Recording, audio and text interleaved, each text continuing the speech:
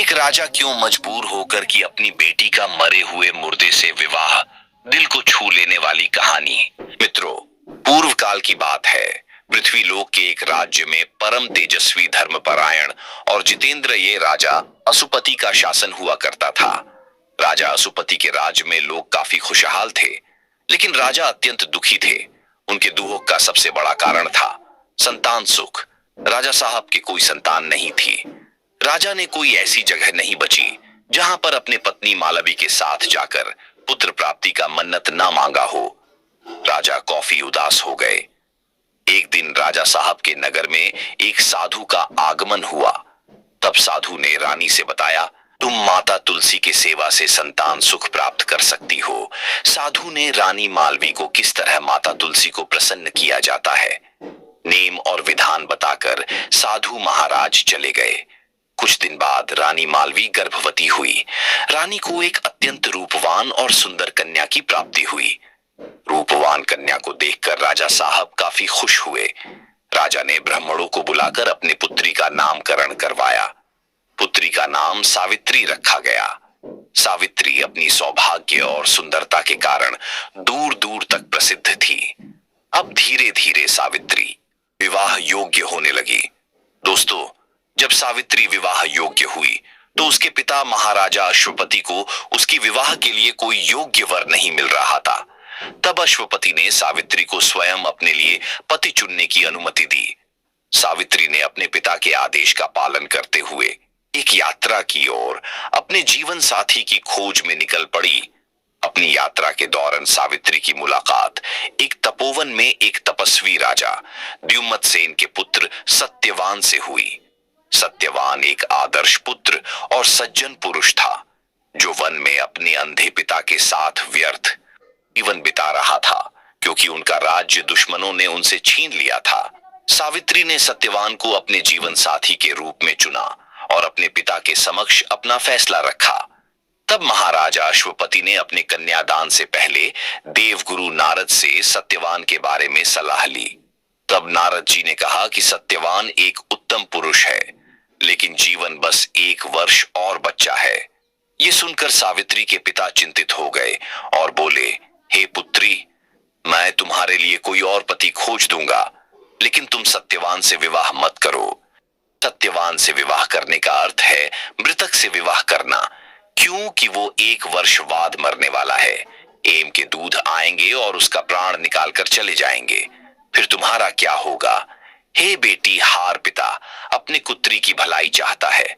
दोस्तों, फिर राजा अश्वपति ने अपने बेटी से दूसरे वर को चुनने का आग्रह किया, लेकिन सावित्री ने अपना फैसला नहीं बदला। उसने कहा, मैं सिर्फ 1 बार पति चुनूंगी और जो मेरा पति है उसका साथ जीवन भर निभाऊंगी, चाहे जो भी हो। मैंने तो सत्यवान को अपना पति पहले ही मान लिया है, ही मेरा पति है, मैं उसी से विवाह करूंगी, कुछ भी हो। सावित्री का अविनाशी प्रेम और विश्वास को देखते हुए राजा साहब बोले, ठीक बेटी, मैं तो तुम्हारे भलाई के लिए ही कहा रहा था, जैसे तुम्हारी इच्छा। फिर राजा सत्यवान के साथ सावित्री का विवाह संपन्न करा देते हैं। उसके बाद सावित्री अपने पति के साथ वन में चली जाती है और अपने पति और ससुर की खूब सेवा करती है। सत्यवान के पिता और मन अपने बहू का सेवा देखकर अत्यंत प्रसन्न होते हैं। इधर सत्यवान का अब 1 वर्ष पूर्ण होने वाला था। जब सत्यवान का दिन आया तो सावित्री को इस बात का ज्ञान था, इसलिए उसने व्रत रखकर तपस्या की और अपने पति के साथ वन में लकड़ियां काटने और घूमने के लिए गई। सत्यवान वन में लकड़ियां कटने लगा। तभी अचानक उसका सिर दर्द होने लगा और वह बेहोश होकर जमीन पर गिर गया। सावित्री ने अपने पति को अपने गोदने में सर करके लिटा लिया और उसका अंतिम समय आने का इंतजार करने लगी।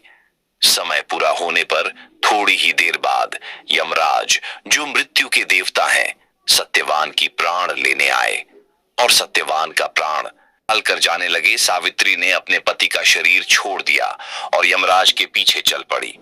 यमराज ने उसे कहा कि वह अपने पति की मृत्यु को स्वीकार कर ले और वापस चली जाए, लेकिन सावित्री ने कहा, जहां मेरे पति जाएंगे मैं भी वहीं जाऊंगी।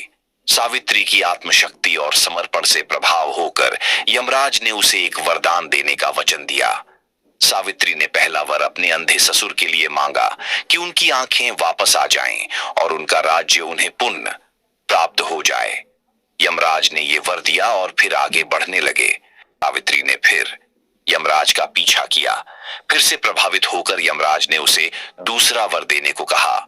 सावित्री ने मांगा कि उसके पिता को वंश प्राप्ति हो। यमराज ने इस वर को भी स्वीकार किया। यमराज आगे चलने लगे, लेकिन सावित्री ने फिर भी उनका साथ नहीं छोड़ा। अब यमराज ने तीसरा वर देने का प्रस्ताव रखा। सावित्री ने कहा, मुझे संतान सुख का वर दीजिए। यमराज बिना सोचे समझे इस वर को भी मान गए, लेकिन तभी उन्हें अपनी भूल का एहसास हुआ। अगर सावित्री को संतान सुख मिलेगा तो उसका पति सत्यवान जीवित रहेगा।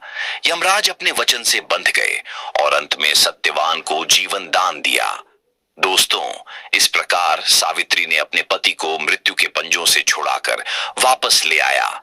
सावित्री की तपस्या, प्रेम और धैर्य ने मृत्यु के देवता को भी प्रभावित किया और उसने दिखाया कि एक पत्नी का अपने पति के प्रति समर्पण कितना बलवान हो सकता है। दोस्तों, सावित्री और सत्यवान की कहानी भारतीय संस्कृति में स्त्री शक्ति और पत्नी धर्म के महत्व को दर्शाती है।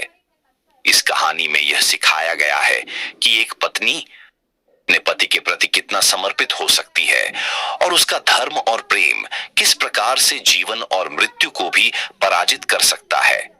सावित्री का साहस, तपस्या और अपने पति के प्रति अमर प्रेम आज भी नारियों के लिए प्रेरणा का स्रोत बना हुआ है।